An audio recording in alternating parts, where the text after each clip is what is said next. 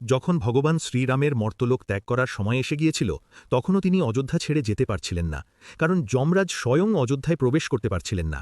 এর একটাই কারণ, মহাবীর হনুমান। যমরাজ হনুমানজিকে ভয় পেতেন, কারণ বহুবার যুদ্ধে হনুমানজি যমরাজকে পরাজিত করেছিলেন। তাই যতক্ষণ হনুমান অযোধ্যায় ছিলেন ততক্ষণ যমরাজ সেখানে প্রবেশের সাহস পাচ্ছিলেন না। তখন ভগবান শ্রীরাম ভাবলেন, মর্তলোক ত্যাগ করতে হলে যমরাজের তো আসতেই হবে।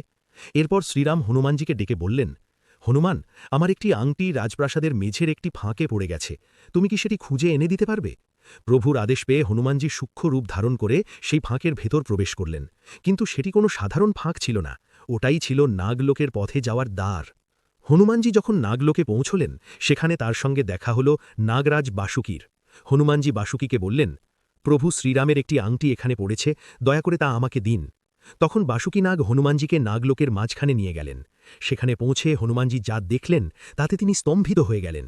এক বিশাল পাহাড়, আর সেই পাহাড় জুড়ে অসংখ্য আংটি। হনুমানজি বিস্ময়ে জিজ্ঞেস করলেন, বাসুকীদেব, এগুলো সব কি? তখন বাসুকী নাগ বললেন, প্রত্যেক কল্পে 4 যুগের তৃতীয় যুগ অর্থাৎ ত্রেতা যুগে ভগবান শ্রীরাম অবতার গ্রহণ করেন, আর প্রতিবারই তার আংটি খুঁজতে একজন করে বানর এখানে আসে। এই ঘটনার পরই ভগবান শ্রীরাম মর্তলোক ত্যাগ করেন। ভক্তি যদি হৃদয়ে থাকে তবে কমেন্টে লিখুন,